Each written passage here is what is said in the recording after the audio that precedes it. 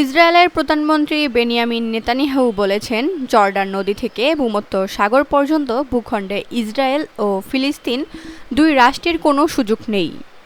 লেবাননের সঙ্গে যুক্তরাষ্ট্রের মধ্যস্থতায় হওয়া কাঠামোগত চুক্তি নিয়ে সংবাদ সম্মেলনে কথা বলার সময় তিনি এ মন্তব্য করেন।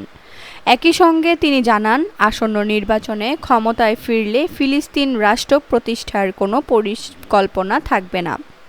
নেতানিয়াহু বলেন, আমি যে জাতীয় সরকার গঠন করতে চাই তার অন্যতম নীতি হলো দুই রাষ্ট্রের কোনো জায়গা নেই। সমুদ্র থেকে জর্ডান নদী পর্যন্ত দুটি রাষ্ট্রের কোনো স্থান নেই। তিনি আরও বলেন, ৩ বছর আগে যুদ্ধের আগে এ বিষয়ে জনমত বিভক্ত ছিল। তখন উল্লেখযোগ্য সংখ্যক মানুষ দুই রাষ্ট্র সমাধানকে সমর্থন করতেন, কিন্তু এখন পরিস্থিতি বদলে গেছে। বর্তমানে এটি জাতীয় ঐক্যমত্যের একটি ভিত্তিতে পরিণত হয়েছে। দীর্ঘদিন ধরেই নেতানিয়াহু ফিলিস্তিন রাষ্ট্র প্রতিষ্ঠার বিরোধিতা করে আসছেন।